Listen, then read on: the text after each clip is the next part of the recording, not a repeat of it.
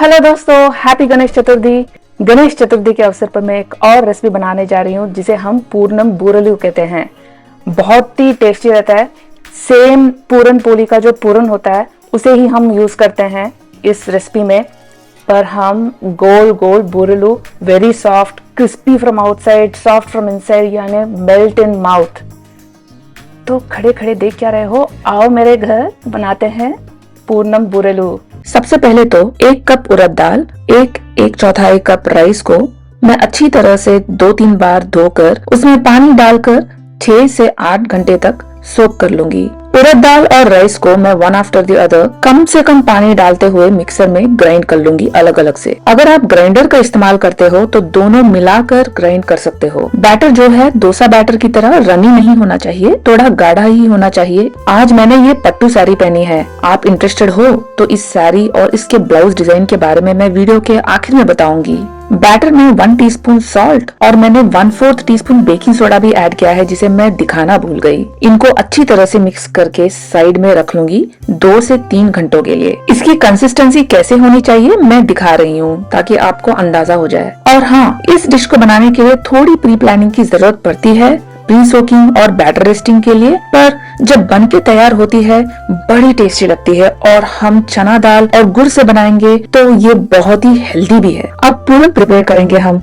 पूरन बनाने की रेसिपी मैंने पूरन पोली वीडियो में भी बताई है, इसलिए मैं इस वीडियो को चैप्टर्स में डिवाइड की हूँ ताकि आप इस सेक्शन को अगर स्किप करना चाहो तो स्किप करके नेक्स्ट सेक्शन में भी जा सकते हो। पूरन बनाने के लिए 1 कप चना को धोकर 2 घंटों के लिए पानी में सोक कर लिया है। चने को प्रेशर कुक करना है। पानी 1:2.5 रेशियो में डालनी है। इसे मैं 5 विजिल्स आने तक मीडियम फ्लेम में पका लूंगी। अगर आपके पास चना दाल को 1 से 1.5 घंटा सोक करने का टाइम नहीं है तो आप 8 to 10 विजिल्स तक इसे कुक कर लेना मीडियम फ्लेम में। प्रेशर कुकर कूल डाउन होने के बाद दाल को हम छान लेंगे और पानी से अलग कर लेंगे। दाल अच्छी तरह से गल गई है, आप देख सकते हैं। इसे मैं छलनी में ही साइड को रख रही हूँ ताकि एक्स्ट्रा पानी निकल जाए। अब गुड़ को भी मैं मेजर करके ले रही हूँ। दाल और गुड़ सेम प्रोपोर्शन में होनी चाहिए, यानी 2 कप दाल के लिए मैं 2 कप का गुड़ यूज कर रही हूँ। दाल को स्पून से प्रेस करते हुए मैं इसमें से एक्सेस पानी को निकाल दूंगी। इस पानी को मैं फ्रिज में स्टोर कर लूंगी और शाम को या फिर कल रोटी में या फिर रसम में यूज कर लूंगी। गुड़ को मैंने हल्का सा मिक्सर में चला लिया है ताकि मैं आसानी से मिक्स कर सकूं इसे चना दाल के साथ। दाल की छलनी में ही गुड़ भी डाल दूंगी और दोनों को हाथों से अच्छी तरह से मिक्स कर लूंगी। उसके बाद कराचुल की सहायता से अच्छी तरह से इन दोनों को छान लूंगी। इस तरह से छानने पर हमारी पूरन पोली जो है बहुत ही स्मूथ और सॉफ्ट बनके तैयार होती है। अब एक कढ़ाई में 1 चम्मच घी डाल के उसमें 1/4 टीस्पून हल्दी डालकर दाल और गुड़ के मिक्सचर को इसमें डालूंगी और मीडियम टू हाई फ्लेम में इसे कंटिन्यूअसली चलाते हुए पकाऊंगी। इसे तब तक चलाऊंगी जब तक इस मिक्सचर से पानी एवापोरेट होकर ये गाढ़ा नहीं हो जाता। अब आप देख सकते हैं कि ये मिक्सचर अच्छी तरह से गाढ़ा हो गया है, बहुत ही नजदीक आ गया है बिना पानी के।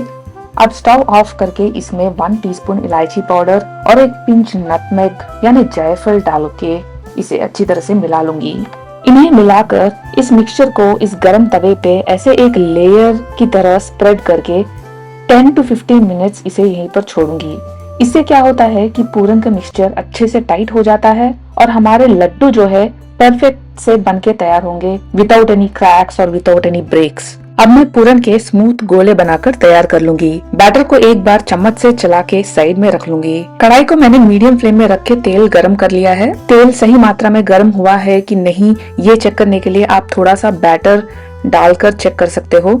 थोड़ा सा बैटर डालते ही बबल्स आनी चाहिए। बैटर कढ़ाई को नीचे जाकर चिपकनी नहीं चाहिए। पूरन के बॉल्स को बैटर में डालकर बैटर से अच्छी तरह से कोट करके फिंगर पे जो एक्स्ट्रा बैटर है उसे इस तरह से निकालकर धीरे से ऑयल में डालूंगी। यही स्टेप्स फॉलो करते हुए मैं बाकी के बॉल्स भी ऑयल में डाल दूंगी।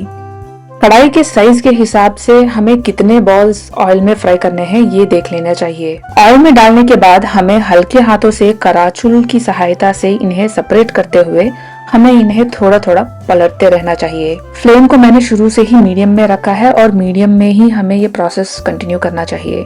इन्हें गोल्डन ब्राउन होने तक हमें फ्राई करना है। 2-2 करके मैं इन्हें निकाल लूंगी एक प्लेट में। बहुत ही सुंदर और बहुत ही टेस्टी पूर्णम बूरेलू तैयार हो गए। ऊपर से क्रिस्पी और अंदर से soft and very very tasty. मेरे साड़ी और ब्लाउज डिजाइन के डिटेल्स बताती हूँ। अगर आप इंटरेस्टेड हो कोई नई साड़ी खरीदने में तो आपके काम आ सकती है। सो ये प्योर इक्कत पट्टू साड़ी है। साड़ी के पल्लू में मैंने इस तरह से टैसल्स लगवाए हैं। साड़ी में जो purple, blue and yellow colours हैं उन्हीं कलर के धागे यूज करके बनाई हुई हैं। बीच में मोतियां डाली हुई हैं।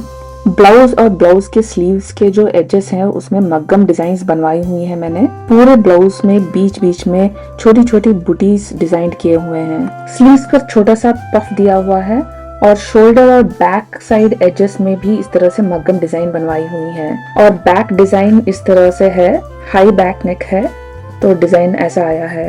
ये ब्लाउज जिसने स्टिच किया है उन बुटीक की डिटेल्स मैं डिस्क्रिप्शन में दे रही हूँ। अगर आप हैदराबाद के हैं तो आपको काम आ सकती है। आशा करती हूँ कि यह गणेश चतुर्थी आपके जीवन में सुख, शांति और समृद्धि लाए। भगवान गणेश की कृपा आप पर और आपके परिवार पर सदैव बने रहे। आपको और आपके परिवार को गणेश चतुर्थी की हार्दिक शुभकामनाएं। मम्मी पापा को मेरे बनाए हुए प्रसाद बहुत पसंद आए, बहुत अच्छे से खाए। बच्चों को और मेरे हस्बैंड को भी बहुत पसंद आया, लेकिन मेरे हस्बैंड बहुत ही शाई हैं, वो कैमरा के सामने नहीं आते। मैं आशा करती हूँ कि मेरे रेसिपीज आपको भी बहुत पसंद आए। एक बार तो ट्राई करना बनता है ये रेसिपी और आपको बहुत अच्छा लगेगा, आप बार बार बनाओगे। सो अब तक के लिए bye and see you in the next video.